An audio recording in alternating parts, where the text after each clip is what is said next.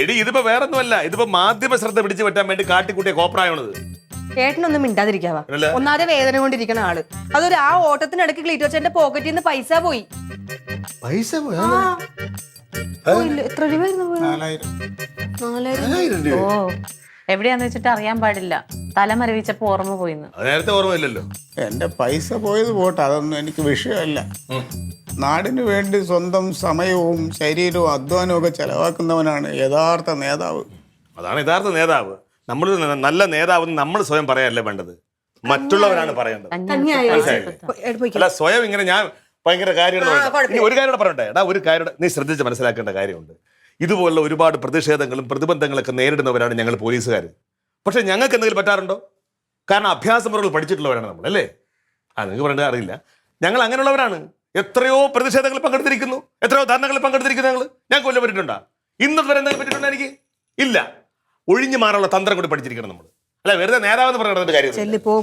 കഞ്ഞി കൊടുക്കേച്ചി വരാട്ടാ. പിന്നെ കഞ്ഞി കുടിക്കാൻ പോലും വയ്യാതിരിക്കണവൻ്റെ അടുത്ത് വന്നിട്ടാണ് അവൻ്റെ കഞ്ഞി കുടിക്കാൻ പറ്റരുത് നിങ്ങൾക്ക്. ഇപ്പോഴല്ലേ ഞാൻ കാര്യം അറിയുന്നത്. എൻ്റെ ജീവിതത്തിൽ എന്നെക്കുറിച്ച് ഇത്രയും വിശാലമായ വാർത്ത വരുന്നത് ആദ്യമായിട്ടാണ്. അതിനെന്താ കണക്കിന് കിട്ടിയല്ലോ. ശകലം കൊണ്ടെങ്കിൽ എന്ത് തന്നെ, അത് ജനസേവനമല്ലേ, ജനസേവനത്തിന് വേണ്ടിയിട്ട്.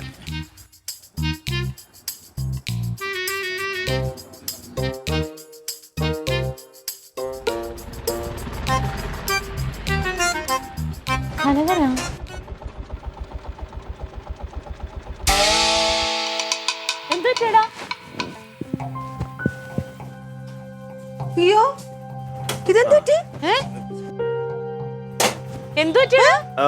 കുഴപ്പമൊന്നുമില്ല, കൈക്ക് മാത്രം. അങ്ങോട്ട് പോയപ്പോ ഒരു കുഴപ്പമുണ്ടായില്ലല്ലോ. യുവജന സംഘടനയുടെ ഒരു സ്റ്റേഷൻ മാർച്ച് ഉണ്ടായിരുന്നു. പെട്ടെന്നായതുകൊണ്ടേ പോലീസുകാരുടെ എണ്ണം കുറവായിരുന്നു. അങ്ങോട്ടും ഇങ്ങോട്ടും ഉന്തും തള്ളിയും പിടിച്ചോലിയൊക്കെ ആയി, എറിയും ഒക്കെ ആയി. ആ കൊടുത്ത് മറിഞ്ഞു വീണപ്പോ ഒന്ന് അല്ല ചെറിയൊരു ഫ്രാക്ഷൻ. ഇതിനാണ് രാവിലെ ഒരുങ്ങി കെട്ടി ഇവിടെ തിരുത്തി പിടിച്ച് പോയത്. അപ്രതീക്ഷിതമായിട്ട് സ്റ്റേഷനിൽ ഒരു ആക്രമണം വീട്ടിൽ കയറിയാൻ പറ്റുമോ? ഈ സമരക്കാരെല്ലാം കൂടെ ഇതിന്റെ സ്റ്റേഷനിലോട്ട് വരണത്. പിന്നെ പോലീസ് വിരോധിക്കാൻ വരുന്നവര് വീട്ടിലായിരുന്നു ചെയ്യണത്. ഞാനിത് നിനക്കൊക്കെ ഇങ്ങനെ പറ്റുമോ കനക? ക്ലീറ്റോന് പറഞ്ഞത് പിന്നെ ഇതിന്റെ പരിശീലനം ഒന്നും കിട്ടിയിട്ടില്ല എന്ന് വിചാരിക്കാം. നിങ്ങൾക്ക് ഈ ട്രെയിനിങ് ഒക്കെ കിട്ടണല്ലേ, എന്നിട്ട് ഇങ്ങനെയൊക്കെ പറ്റണ എങ്ങനെയാ? തടുക്കായിരുന്നില്ല ഏട്ടൻ.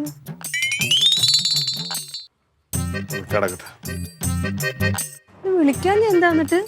പിന്നെ വേണ്ട, ഇവിടെ തന്നോളൂ.